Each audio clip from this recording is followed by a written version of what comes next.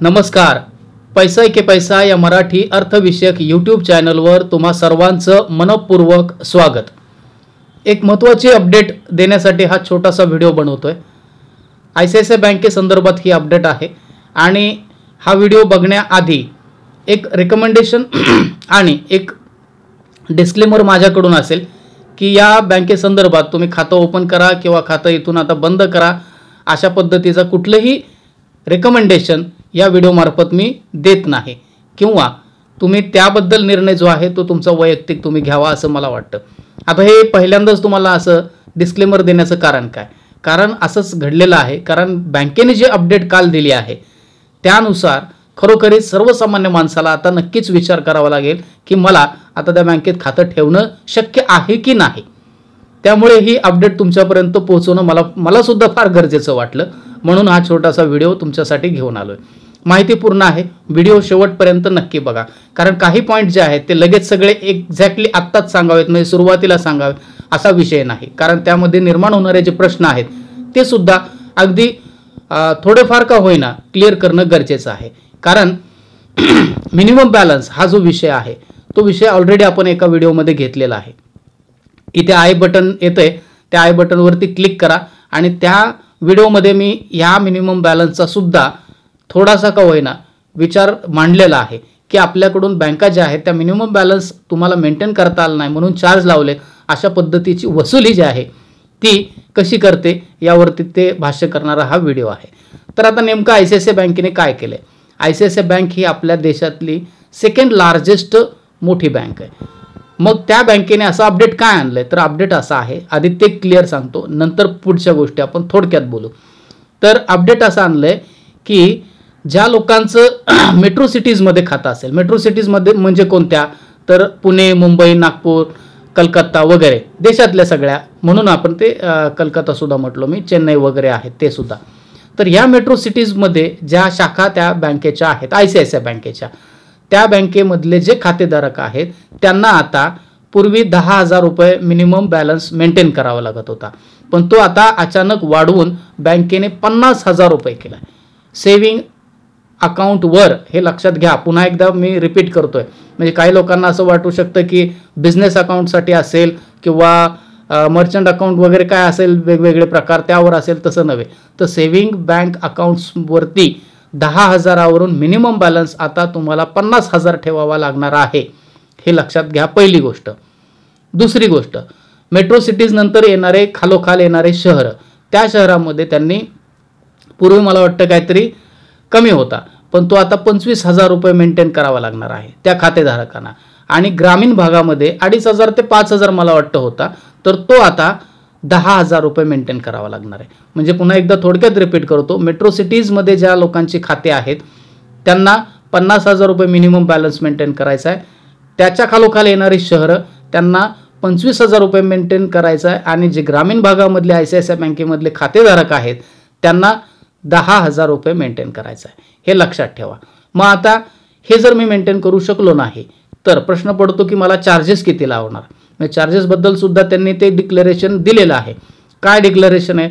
तर जर तुम्ही मेंटेन करू शकला नाही तर जो महिना अखेरला शॉर्टफॉल येईल, म्हणजे जिथे आता 50,000 रुपये आहे समजून घ्या, तर 50,000मध्ये तुम्ही मेंटेन करू शकला नाही, मिनिमम बॅलन्स तेवढा मेंटेन करू शकला नाही आणि शॉर्टफॉल आला 10,000 रुपये, तर त्या 10,000 रुपयांवरती तुम्हाला 6% याप्रमाणे चार्ज लागणार. मग 10,000चे 6% म्हणजे किती रुपये झाले?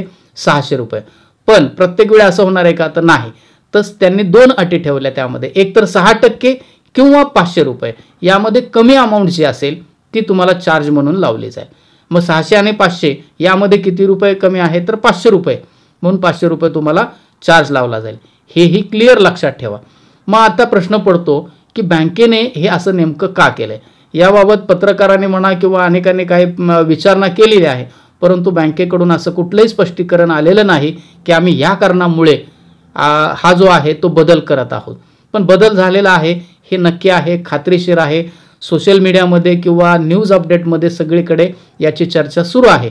चर्चाच नव्हे तर मला वाटतं तमिळनाडूमधल्या एका शहरातल्या तिरुवनंतपुरम नाही आहे, तिरुपूर वगैरे असं काहीतरी नाव आहे, वाचनात माझं आलंय.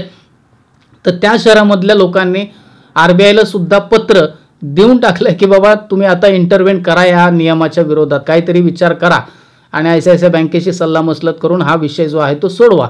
कारण सर्वसामान्याला 50,000 रुपये बँकेमध्ये मिनिमम बॅलन्स मेंटेन करणं थोडंसं अवघड वाटणारच आहे. मग ही अपडेट जी आहे ती अपडेट तुमच्यापर्यंत पोहोचवण्यासाठी हा छोटासा व्हिडिओ जो आहे तो मी इथे बनवला, की जेणेकरून तुमचंही शहरामध्ये किंवा ग्रामीण भागामध्ये किंवा मेट्रो सिटीजमध्ये जर खाता असेल तर हे बदल आता तुमच्यासाठी आहेत. बरं, सगळ्यात महत्त्वाचा अपडेट म्हणून मी शेवटपर्यंत व्हिडिओ बघा असं म्हटलं होतं की हा नियम जो आहे तो कोणासाठी लागू असणार आहे. तर हा नियम जो आहे तो 1 ऑगस्ट 2025 पासून पुढे ज्यांनी खाती ओपन केलेली आहेत त्या लोकांसाठीच लागू होणार आहे. म्हणजे ज्यांची खाती 1 ऑगस्टच्या आधी ओपन केलेली असतील त्यांना हा नियम लागू होणार नाही. पूर्वी जसा मिनिमम बॅलन्स 10,000, 2,500, 5,000 जो काय होता तोच असेल. पण ज्यांनी ICICI बँकेमध्ये 1 ऑगस्ट रोजी खातं उघडलं असेल किंवा त्याच्यानंतर आजपर्यंत किंवा इथून पुढे खाते ओपन करतील त्यांना मेट्रो सिटीजमध्ये 50, शहरांमध्ये 25,000 आणि ग्रामीण भागाकडे 10,000 रुपये या पद्धतीने या स्लॅबमध्ये हा मिनिमम बॅलन्स जो आहे तो मेंटेन करावा लागणार आहे. पुन्हा एकदा तारीख सांगतो, लक्षात ठेवा, 1 ऑगस्ट 2025 या तारखेनंतर जी खाती उघडली असतील त्या लोकांसाठी हा नियम लागू असणार आहे. इथपर्यंत क्लिअर झाला विषय? ओके. आता मेंटेन करायचं आहे, खातं उघडायचं आहे, खातं ठेवायचं आहे, या सगळ्या गोष्टी ज्या आहेत त्या तुमच्या स्वतःच्या निर्णयावरती ठरवा. आता सगळ्यात महत्त्वाचा आणि थोडक्यात तुम्हाला सांगतो, हा मंथली ॲव्हरेज बॅलन्स जो आहे तो मेंटेन करणं म्हणजे नेमकं काय असतं. म्हणजे आता बँकेने जर सांगितलं की 5,000 रुपये मंथली ॲव्हरेज तुमचा मेंटेन झाला पाहिजे, याचा अर्थ 5,000 कायमचे आपण त्या बँकेत ठेवायचे असतात का? अजिबात नाही. तर तुमच्या माहितीसाठी सांगतो, तुम्ही पहिल्या दिवशी 1 तारखेला उदाहरण घेऊन सांगतो म्हणजे स्पष्ट होईल, क्लिअर होईल. 1 तारखेला तुम्ही 5,000 रुपये बँकेत ठेवले, खातं उघडलं, 5,000 ठेवले, त्यानंतर गरज लागली 2,000 काढले, त्यानंतर तुम्ही त्यामध्ये डिपॉझिट केले 10,000, पुन्हा गरज लागली 3,000 काढले. असं करत करत तुम्ही सेव्हिंग अकाउंटमध्ये पैसे टाकता, पैसे काढता, हे व्यवहार चालू राहतात. पण त्या व्यवहारामध्ये शेवटी 30व्या दिवशी तुमची एकूण सगळी टोटल बेरीज जी आहे ती केली जाते आणि त्याला डिवाइड बाय 30 केलं जातं. मग तो सरासरी, कारण monthly average balance MAB, average म्हणजे काय? सरासरीच. मग ती तुमची जी आहे ती सरासरी 5,000च्या खाली येता कामा नये असा अर्थ असतो.